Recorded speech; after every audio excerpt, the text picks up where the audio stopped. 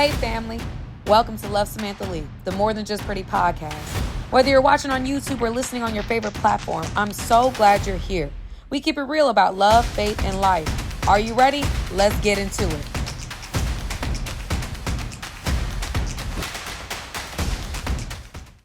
What's up, family? It's your girl Samantha Lee, and I'm here with yet another video. I'm calling this one Truth Is, and I'm going to tell you the truth. After I thank you guys who have supported this new endeavor, More Than Just Pretty podcast on YouTube. Thank you guys for those who have subscribed, who've liked, who've commented, who've shared. Y'all are a part of the reason why I keep on coming back. Okay, keep on coming back with a vengeance. So anyway, y'all, thank you guys for supporting me and continuing to support me. It means more to me than I could ever put into words. So anyway, let's get into it, family. Let's go ahead. Today's episode, I'm going to call it Truth Is. Truth Is. Now, let me make sure this camera's right so y'all can see me. Truth is. And the truth is that a couple months ago, y'all, God had called me, and y'all will see if you've been watching my content, God has called me to a season of a wilderness. Okay. And I've heard a lot of people say they're in a wilderness season. We're going to talk about what a wilderness season really look like, because I'm not sure the people that I be seeing are in wilderness seasons. Okay. Now, everybody wilderness season look different, but the attributes of it are all the same. So we'll get into that maybe in another episode if I have time today. Excuse the cough drop in my mouth, y'all. This pollen is pollinating. Okay. It's pollinating. But today's episode is that truth is I found out that I was lukewarm. Okay. A couple months ago, I found out that I was a lukewarm Christian. And you'll see in my content, you'll see in the things that I've talked about ever since that time, God has convicted me in all areas of my life. And it really is a process. It really has been a process of just pruning and revealing and exposing. And I will say the first probably month of this process with God, I struggled. I struggled a lot because there was a lot of different things that I was holding on to. There's a lot of different things that I wanted to know the outcome. I wanted to know the answer. I wanted to be in control. I had a fear of vulnerability. I was so afraid of God misleading me or taking me in a direction and he's telling me to go this way and he's just doing that to do that. Like I was so off the beaten path. I'm not gonna lie to you. Okay. So with that being said, that first month, I found out that, yeah, I was lukewarm.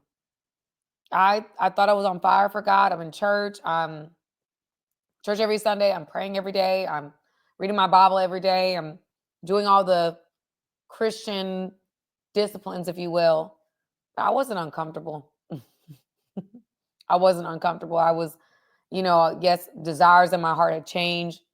There's things I just didn't do anymore. But I was very complacent in my walk. And God was starting to move me again, especially after beginning of the year where I made a decision that I thought was just happenstance to dream again. Some of you guys that are familiar with the channel, Pam was like, let's create a vision board. Let's do this. And I'm like, oh yeah, I haven't done that in years. And we started creating, we started thinking, we started dreaming. And that's when God entered the chat.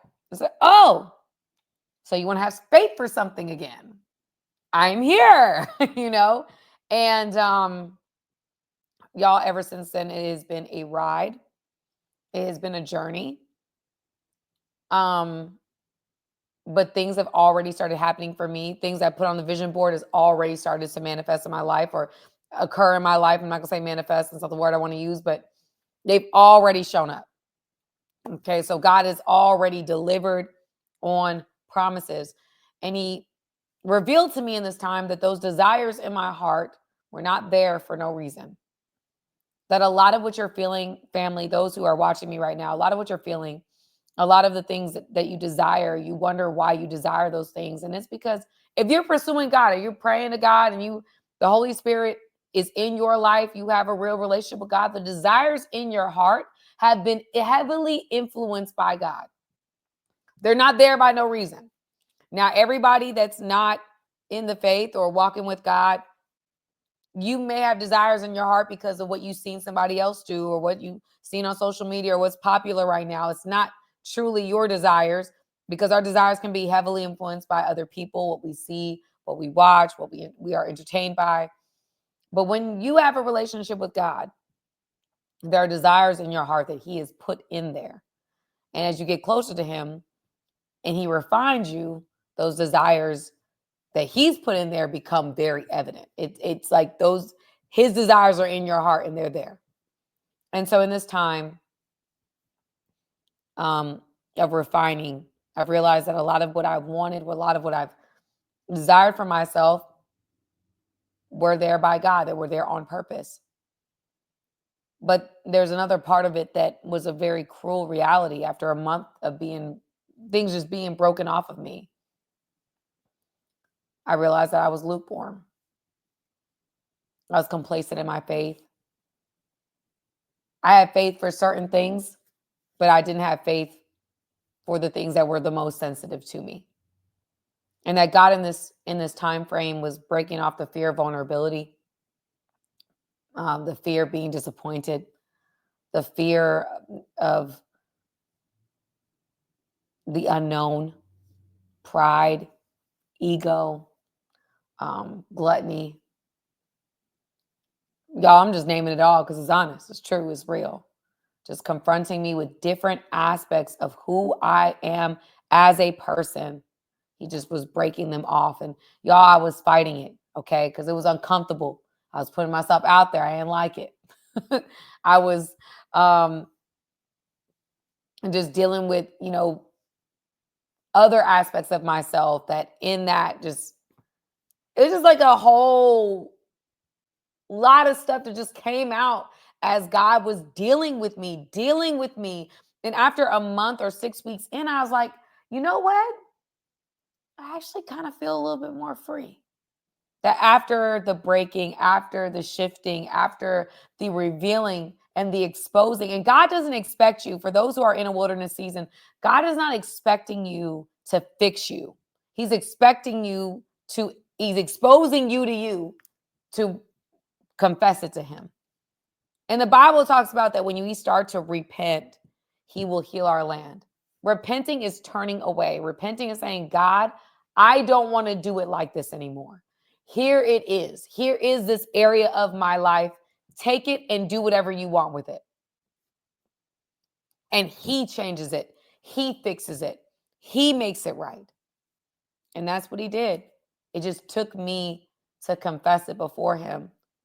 And it almost, I'm not going to say I'm perfect, but it set me free.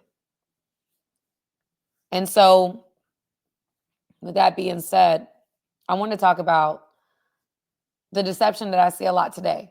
Let's just keep it 100.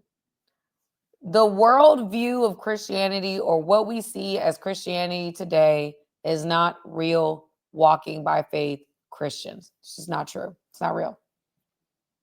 This is going to be spicy. This episode is going to be spicy. I'm sorry. It's not real.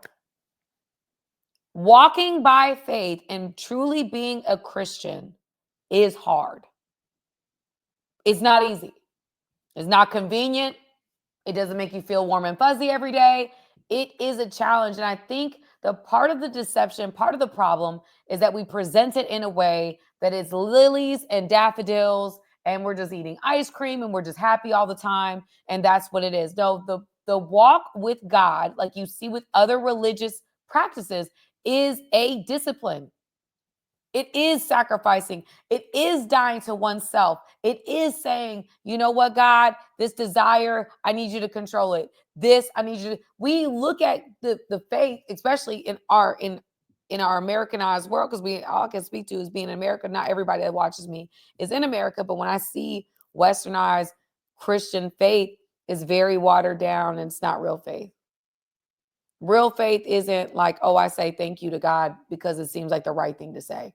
I don't pray because it just seems like the right thing to do, or it seems like no, when I'm doing these things, I'm walking in faith. And what we have to be confronted with, the reality is when we give our lives to Christ, when we decide to say we are a Christian, our lives change. We look different. And the problem is a lot of us say that we have given our lives to Christ and we have this relationship with God. But when I look at your life, or when you look at your own life, there's not many aspects of God that are in there.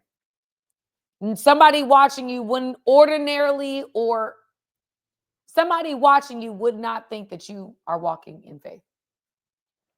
And y'all, that is the mark. That is the mark of whether we want to admit that or not. Fruit is the mark of a real relationship with God. And I'm telling you, I was lukewarm. I'm telling you that, yes, on some level, you could see that I had a relationship with God, but I was complacent. I was praying. I was doing this. I was doing that. Was I walking by faith? In some areas, but areas that I was already comfortable walking in faith in because I had seen God be faithful. So I allowed him to have those areas. But the areas that were most sensitive to me, the areas that I had been hurt in, the areas that I've been disappointed in, the areas that I was like still working on letting anybody in, let alone my creator in. Yeah, no, I wasn't walking by faith. And so therefore I was lukewarm. And so today I want to talk about lukewarm because I think that, again, lukewarm is the popular dominant way that people are walking. Yes, they might know I was raised in a church. I know Jesus. If I look at your life, are you set apart? Because that's really what it comes down to. If I was, and y'all, again, I'm not saying this in condemnation way. I'm saying this because I was convicted. I was convicted. There were things that I was doing. There was just in my life, how I was moving in my life. I wasn't seeking God for comfort. I was seeking food for comfort. I was seeking my friends for comfort. I was seeking my family for comfort. I wasn't going to God for certain things. I wasn't having faith for certain things anymore. I had allowed disappointment. I had allowed my past failures. I had allowed my weaknesses to get me to be like, you know what? I'm not even going to hope for that anymore. I'm just going to protect my heart around anything that resembles. If that looks like I could potentially get hurt, I ain't doing it. So now I'm living this very fenced up, guarded walk. And that's not faith. I stopped dreaming for certain things that I know deep down inside I wanted and I desired. But I just pushed it down, suppressed it, because I've been hurt. I've been disappointed. And that, y'all, for me, that runs very, very deep. That's real. Runs very deep. And God was calling me to dream in that area again. God was calling me to hope in that area again. And so a part of this faith thing is recognizing that some of the desires that you have, some of the things that you're drawn to, they're from God. I'm confirming it. Some of those things that you've tried to put it aside. There's been some things. Let me just be honest. There are some things that because I didn't see it happening or it wasn't moving as fast as I wanted it to, I'm like, God, this can't be you. Can't be. Because I know if it's you, I'm going to see some evidence of it. If I know if it's you, I'm going to see or experience something that's going to confirm that this is you. The reality, though, family, is that when it's a God dream or when it's a God-given desire, there is not evidence for it. It's not. The prove it theory, the evidence theory, those things, yeah, no, that's not a God thing. Oh, when you walk with God, he does give you evidence. He does give you signs and wonders. Those things do happen. But initially, you're just drawn to it. You don't know why. It just piques your interest. You don't know why. And y'all, there has been some things where I try to fast it away. I've tried to do everything you could possibly do to take the desire away. I mean, I really have. And it won't go nowhere. And I'm like, God, why? I don't why have you forsaken me, Lord? Jesus. And God's like, because I put that inside you. I did that. And I'm not going to let you get away from that. And so I like this year really was me surrendering to it and being like, okay, all right, I'm tired of fighting it. Let's go. This is what you want me to do. I don't know how much time I have left on this earth. Let's roll with it. Let me not get in the way of what God has in store for me. If you're pressing this upon me and you're telling me this is you, well, let's rock, God. Let's rock. Let's do it. And so, y'all, you're talking to a person that again was confronted with, yeah, you lukewarm. And I don't think we understand how serious being lukewarm is. In Revelations 3:16, it says, "So then, because you are lukewarm and neither hot nor cold, I will vomit you out of my mouth." Yeah, people like to say, "I'll spit you out." He says, "No, I will vomit you out of my mouth." And the meaning of lukewarm is that Jesus is not condemning the church for being cold or unbelieving, but for being neither fully committed nor fervent in their faith, but rather lukewarm. That the reality is, family, what we see in the world today, the popular way to walk out our faith is lukewarm. And God is saying in his word, I vomit those type of Christians out. They don't belong to me. I need y'all to be hot or I need y'all to be cold. I don't do lukewarm. And y'all, that's how I am about my relationships. Look, I didn't I'm making a joke here to lighten up the mood, but it's true. Be all in or be all out, baby. Okay, I need you to be all in. You here? Be all in. I'm gonna be hot for you. You're gonna be hot for. We don't want no lukewarm partner that's like, I'm on the fence. I like you today, don't like you tomorrow. I want to be here today, I want to be here tomorrow. No, you want somebody who's all in. God wants us to be all in. He wants us to be hot. He wants us to be committed. And so this lackadaisical, I can live my life any type of way. I can do whatever I want. It doesn't really matter. I don't really need to do the spiritual disciplines. I can present myself in any way, shape, or form I want to, is not a true reality of what the faith is. God is not calling us to perfection. God is calling us to obedience. There are two different things. And I know that that's like a whole different conversation, but like, yes, we're going to sin. We're going to fall short. That is just what y'all, even when you're trying to be perfect, you going to have a way of not being perfect in being perfect, right? It's not about that. It's about God is speaking to each one of us about something. If you're in a relationship with him, he is speaking to you about something. Right? There is something that he has pressed upon your spirit that you are aware of, that he is dealing with you in. And he is calling you to obedience. There are ways that as we get closer to God, that you naturally start to become. The more time you spend with him, the more you look like him. That's part of the faith walk. And so when I see people and the way that they conduct themselves or the way that they present themselves, it's like, this doesn't have anything to do with God, but then you're saying thank God, or when all else fails and you've made some decisions that you can't get out of, and now we're bringing up God again. It's like, no, that God is not the escape plan. God is the director. He's not just the deliverer. And so a lot of people, they find themselves like, God, I did all this stuff, and you know what? I just need for you to now come in, now enter. And he's like, wait, hold up. You did that to yourself. Now I am a merciful God, and I am a gracious God, but I am a just God too. There are consequences to choosing to do things your own way. And like I said, and I've said all throughout this, the popular way to be a Christian in today's society is to be kind of on the cold side, not really hot. In fact, when people are hot and people are in faith, we look at them like they're crazy. We look at them like they're extreme. We look at them like, oh, goodness, I don't know about that. That's just a lot. Those are the hot ones. The ones that it seems like is too much. Those are the ones that may actually got it right. Now, I'm not saying that we over spiritualize everything in this and third, but what I've learned in this walk, family, and I'm just being completely honest with you, there's a lot more spirituality going on than you think. And we're living in a world where oh, yeah, that's really, really evil. Oh my goodness. On to the next thing. Are you going to work in the morning? Like, no, there's a very real evil. Just turn on the news. There's a very real evil at work. People don't shoot up elementary schools and we say that there's not a real evil, right? We cannot say that just doesn't exist. There's a real evil that exists in this world.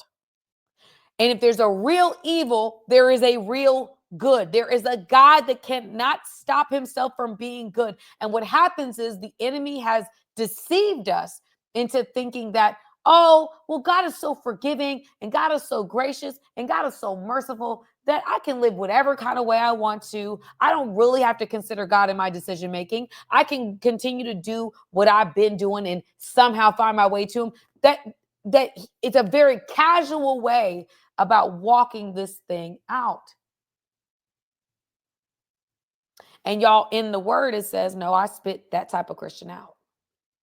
Where you live in any type of way, you try to make my way your way. And that's what we do. We have our way and we try to squeeze God into our way. No, we're supposed to squeeze ourselves into his way. We don't like sprinkle a little Jesus on the things that we're doing. We find a way to we got to get into his plan. It's not him trying to get into our plan.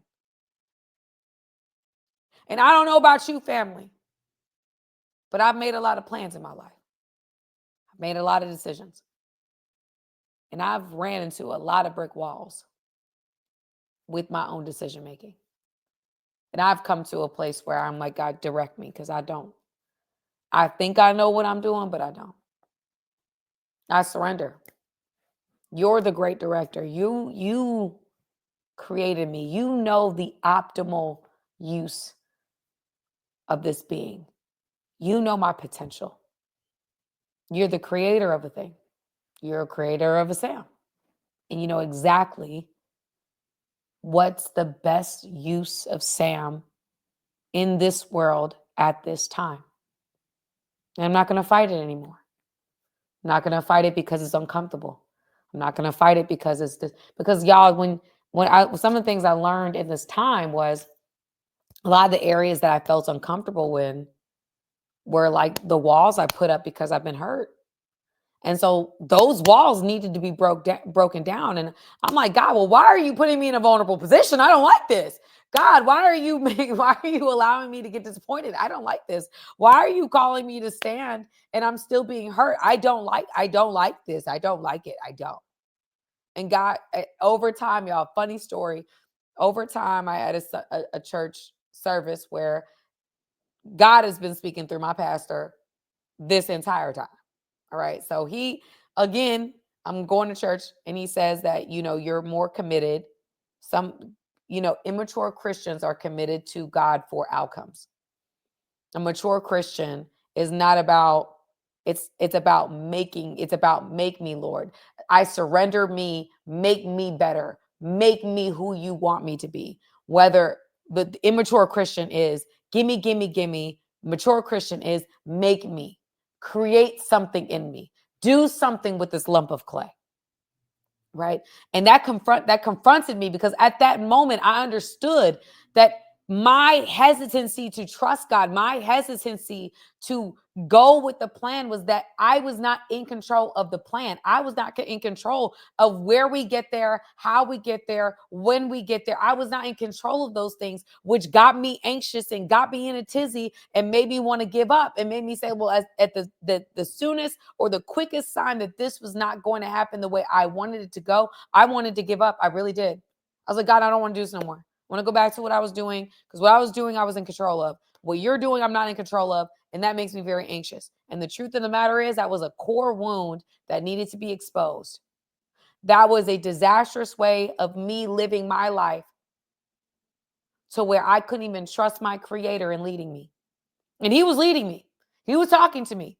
And the beautiful thing about God is that he reassures me. He knows your girl needs a lot of reassurance. Okay. So he be reassuring me. He lets me know, okay, we're closer. We closer, girl. We look, we getting there. I thank him because he's so good. But it took him exposing me to me and getting extremely uncomfortable and doing things that put me in vulnerable positions and trusting him that even he's not going to put me in that position for no reason. Because in the first part of the Bible, he says, guard your heart above all things, for out of it flows the rivers of life. The heart is deceitful above all things, is sick and desperately wicked. Who could understand it? Like, he's telling us that our heart is deceitful. He's telling us to protect it. He's telling us to protect it from other influence. Like, so I know that if he's putting me in these positions, he has a plan, and I trust his plan, and I trust that he knows exactly what he's doing. He's not going to expose me to harm unnecessarily. That there's a purpose in it. And so I started releasing my need for controlling. I started releasing my desire to want to protect myself. And y'all, that was a process. And at that time, he was telling me to go outside and start walking. And I started like going outside and walking out. And y'all, I learned that through that service, after that service, when he confronted me about the gimme, I went home, I started crying and I repented. I said, God, I do not want the gift more than I want the gift giver. I want you more than I want it. I want you more than I want it. Change my heart, make it different, make me new. And I started looking up how to deal with it, because in that same sermon, my pastor, Dr. Darius, was talking about how you're exposed to these things to heal core wounds. Like, we don't realize that we're all operating out of core wounds that have been there from childhood, can be there from trauma, different experiences in our lives that cause these wounds. And those wounds create personality traits that were not already there. And so I started looking into it, and I realized I had the core wound of injustice, which is why I was so inflexible, which is why I was so afraid of being misled. That is what that wound does. It's like you're always protecting yourself, and you're afraid of the wrong thing happening to you, or things that aren't, you're very sensitive to things not being fair. And y'all can look up the core wound of injustice at another time, but that's what I was exposed to. And I asked Google, how do you heal this wound? Like, what do I do about this wound? And one of the first things that I thought was just so interesting was, number one, exposure. You have to be exposed to the wound. And the second thing was nature. So the two things God was already having me do, which was constantly being exposed to my wound and having to face that I had this wound. And the second thing was going out in nature, walking, was healing the wound. And I cried because I was fighting so hard against what God was doing, because it made me uncomfortable. It made me vulnerable. It exposed me to me, exposed me to my fears, exposed me to my pride, exposed me to my ego, exposed me to the different ways, the different things that I do to protect myself. And in that, he was healing me. Exposure therapy. It's a real thing.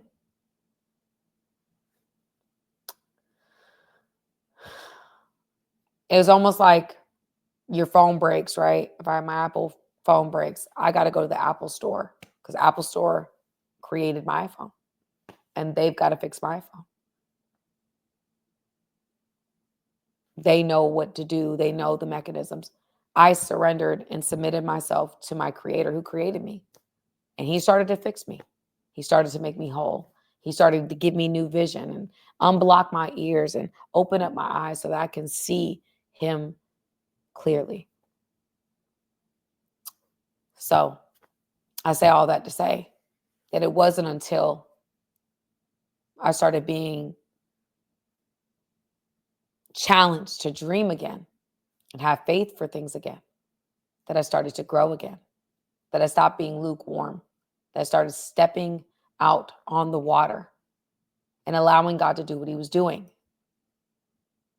And the challenge, family, is that what we see in today's society, what we see as being a Christian, is not real Christianity. Even the most religious, because I don't think being hyper religious is Christianity either. That's a Pharisee spirit. I'm just being honest. The people that crucified Jesus were Pharisees. People that knew the law, did the law perfectly, was condemning people that weren't doing it the right way. Like, oh, you're working on Saturday, you're doing this. Those were the very people that crucified Jesus, that made it it was very hard for them to see Jesus as being God's son. Like, those were the ones, right? So I don't think of that either. There's a way that God is moving right now, y'all. And just hear me. I know that I'm at my 30-minute mark, but just hear me out. There is a very real spiritual awakening that's happening in the earth right now. There are things that are happening, okay? And some of you guys are feeling that pull. Some of you guys are feeling that God is wanting you to get alone. God is wanting you to himself. God is wanting you to focus on him. God is wanting you to be obedient. And he's getting you to do things and be prompted to do things you would never do. You are noticing things you've never noticed. You are hearing things you've never heard. You're questioning things you've never questioned. It's a spiritual awakening that is wanting to occur in your body. And the thing is, you have to release control in order for that to manifest and completely go through its cycle for you to be able to get to the level that God has for you. Because right now, y'all, we are on a train, and that train ends soon, sooner than we all want it to end. That's life. That is what life is. And we are being deceived. All of us, we are being deceived by thinking that Christianity or a true faith walk is convenient, is comfortable, it's easy. No, it's not. When you're walking this walk, it is a challenge. When you're walking this walk, you will have to be disciplined. You will have to confront what you run to when you're uncomfortable. You will have to confront your need for control, your need to make things make sense to you, your need to worry and try to be the hero in your own story or someone else's. You will be confronted with you. And that's uncomfortable. And he will make you sacrifice things or let go of things, or he'll put you in a position where you have to sit down and you have to focus on what God is calling you to do. You ain't got no choice but to focus on him. Sometimes, y'all, when you're chosen, and you may never hear this from anybody else in the world, and that's fine. When you are chosen and God has a plan on your life, he will find a way to sit you down to focus. So when God has put you in a position where you got to focus on him, you're chosen. Stop running. Stop running. It's exhausting to run. Surrender. It's almost like, y'all, if we're in a body of water that, like an ocean or sea, and the tide is going one way, and you're trying to swim against the tide, you are going to be very tired. Part of this walk, family, is truly just trusting him. Trusting that where he's taking you is where you're supposed to be. Trusting that the changes that he's calling you to make are actually what's best for you. Trusting, learning to depend on him, learning how to hear his voice, because the next leg of your journey, what part you play at this point in humanity, is dependent upon you stewarding this season well. The truth is that the convenient, easy form of Christianity is not real. That's not real Christianity. That's not real faith. That is a very comfortable, convenient. I live my life and I say God is good all the time. Oh, I'm so thankful to God, because it's the right thing to say. It's the right thing to do, but it's not a real walk. There's not real fruit being demonstrated in your life or the people that you see's life to say that they are actually walking the walk of faith. The walk of faith is narrow. The walk of faith with God is tough. It is not easy, it is not convenient, and it does require discipline. It does. It requires you to do things and give up things you don't want to give up. It does. And if you were to do any other walk, any other religion in the world, it requires the same thing from you.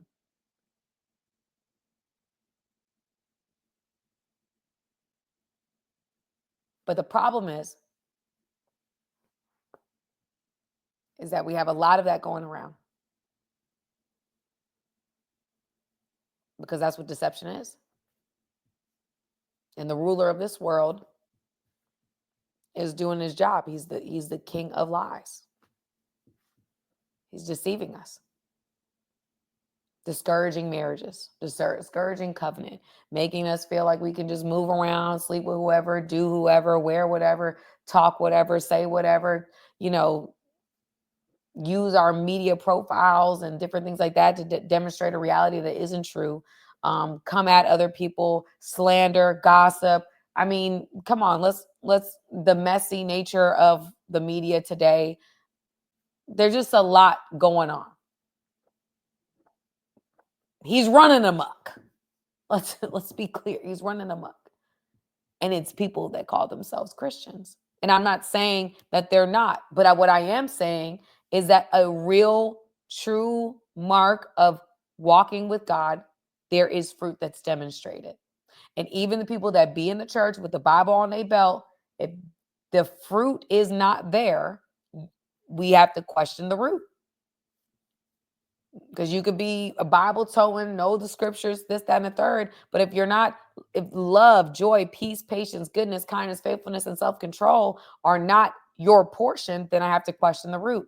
I see a lot of people, they know the Bible, they know it in and out. But when you're condemning other people, or you're being judgmental, or you lack humility, or you're super prideful, and you're coming with an air of arrogance, the Bible says the humble will be exalted, and the exalted will be humbled. Humility is a mark of the gospel. Servitude and servanthood is a mark of having a relationship with God. When people come out and they're saying things and talking other people down and making themselves an authority figure in the faith, and they may have authority, they may have degrees, they may have those things, but there's a humility, a cloak of humility that we wear. Even Jesus wore it. So who do we think we are? Like, people will call, write in the comments, like, say certain things to me. And I'm like, listen, I'm no better than you. I'm telling you this journey as I am living it, as I am walking it. I started this thing off saying, I found out I was lukewarm. And this is how. And understanding that the true walk of faith is not evidence-based. It's not you seeing the best, the best thing, or you, whatever the case may be, you seeing all your options and you're weighing all the risk and benefits, and okay, well, this makes the most sense. That's worldly ways of thinking. When God calls you to a dream and it's a God dream, there is no evidence for it. What's the Bible verse? I wasn't even gonna do that. Let me find the Bible verse for faith. I think it's Hebrews 1:11.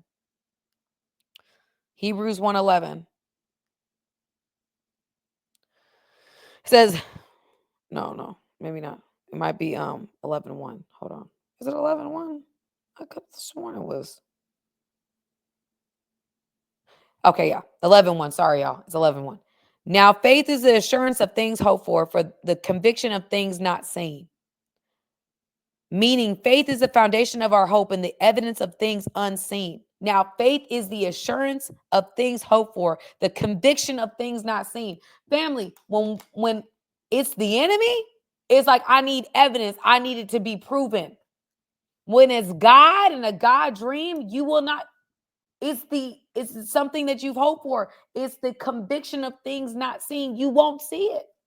You're believing for something you do not see. And God is not requiring short-term faith. God is not requiring you to believe for 3 months or 2 months or 1 week or this. He's wanting you to believe every day convincingly. They say that the way that it's translated is hoping is like an aggressive, determinate hope that something good is going to come from this. That when God says I'm working all things out for my good, I believe it. I have conviction about it. I'm waking up every day with an expectancy that God is working this out for my good, that his word does not come back to him void, that he is not a man that he should lie, nor the son of man that he should change his mind, that God is going to do exactly what he said he would do.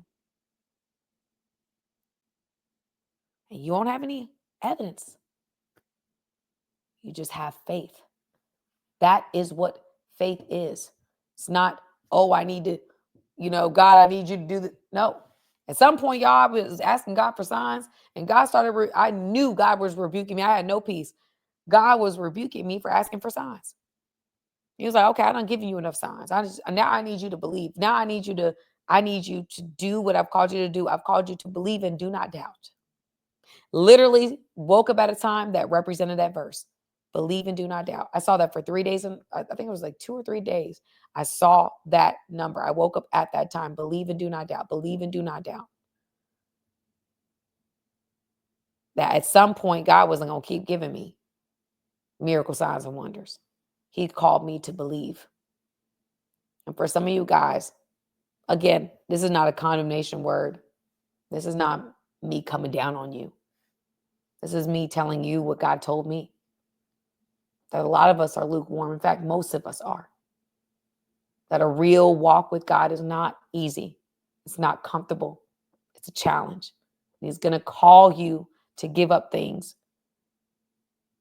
that may not make sense to you.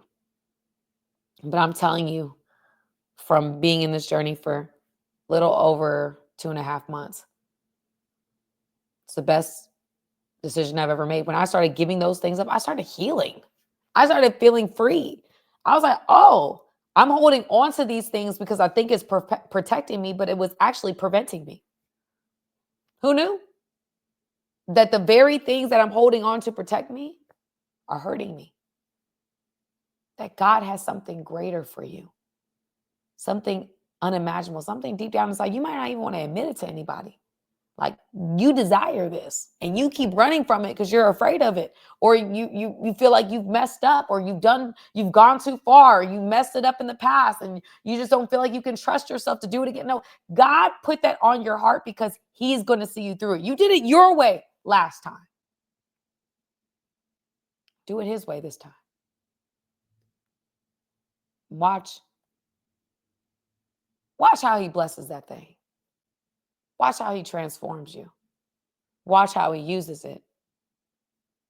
Not only to benefit you, but to benefit everybody watching you. And family, it will not make sense to anyone. I'm telling you, when God gives you a dream, it most likely won't make sense to nobody. So you over here trying to explain what God's telling you, and they're like, I don't know nothing about that.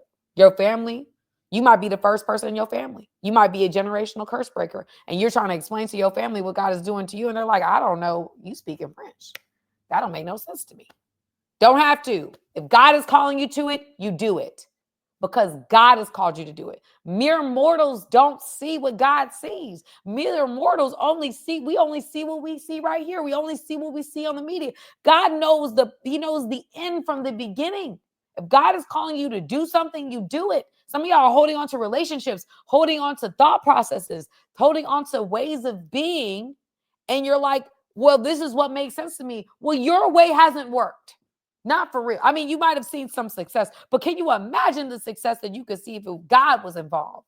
Some of the dreams that you have that have gone unrealized, God's like, I'm not going to let that happen until you do it my way. So until you do it my way, this ain't going to happen the way you want it to. Because I gave you that dream and you need me to make it come forth, to make it happen. And that's going to require discipline. That's going to require commitment. That's going to require you having to wake up in the morning, early in the morning, when you don't want to wake up, because God, the Spirit of God is waking you up at 2, 3, 4 o'clock in the morning. You're like, God, I don't want to go. I want to stay asleep. I want to do this. I want to wake up in the morning, start praying to him, start understanding what those times are, start looking at those times in the Strong's Concordance, start looking. If you wake up at 344 or 343 and you see it, you're like, okay, biblical meaning of 343, biblical meaning of 311, biblical meaning of whatever numbers are coming up, whatever times you're waking up, start looking up those things. God is always speaking through everything, family. But it isn't until, oh, I wish I could jump. It wasn't until I decided, you know what, God, I'm going to do it your way. I'm going to sit in the car and I'm going to shut up and I'm going to let you just take it from me. I surrender it all. I'm not fighting to hold on to these pennies anymore. I really want to do it your way. It wasn't until then I started seeing the butterfly, the flowers that were popping up, the color of the flowers, the way the clouds were up in the sky, the way the sun set, the way the sun rose, the things that my daughter was saying, the things that were popping up on my phone, the different videos that were popping up on my algorithm. I started noticing that God was speaking. And I was just too unaware. Even things that people were saying or calling me saying, or the Bible verses that would pop up.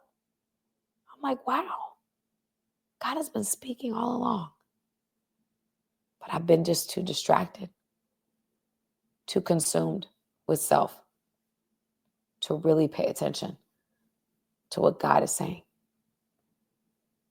Family, God is speaking, and he's calling all of us to a real, not what's made popular, a real relationship with him. Don't ignore that. You're chosen. And many are called, few are chosen. Some of you guys have found yourself in circumstances, you're like, God, like, why? It's because you're chosen. High calling, high risk, high reward. Sometimes he has to sit us down in extreme ways to get us to really see him. Because if he didn't, he tried to do it another way. Let's be real. You wasn't trying to do it his way then. He's asking you to do that, but you were like, next year. I was like, no, this year now. And since you're complaining about this, I'm taking it away. Like he wants you. And when you're the creator of the universe, there's times when people will clear the schedule for a billionaire. Oh, a billionaire want to meet with you. You're like, oh, well, let me clear my schedule then. It's like, no. The God of the universe wants to see you. The God of the universe wants to connect with you. Even more so, do you clear your schedule and find the time to make him a priority? Because he wants to do some really, really special things through you. You're chosen. Don't forget it. It's a mark of the calling on your life that he's decided to sit you down in the ways he's decided to sit you down. God is with you, mighty warrior. Just go through this process. Trust him this time. I guarantee it's going to be better, exceedingly abundantly above all that you could ever ask, think, or imagine. I love you, family. And I will see you guys soon. And that's a wrap. If this episode spoke to you, be sure to like, comment, and subscribe on YouTube or leave a review wherever you're listening. Let's keep the convo going. Connect with me on all socials. Remember, real beauty starts with you being true to yourself. I love you, family, and I'll see you soon.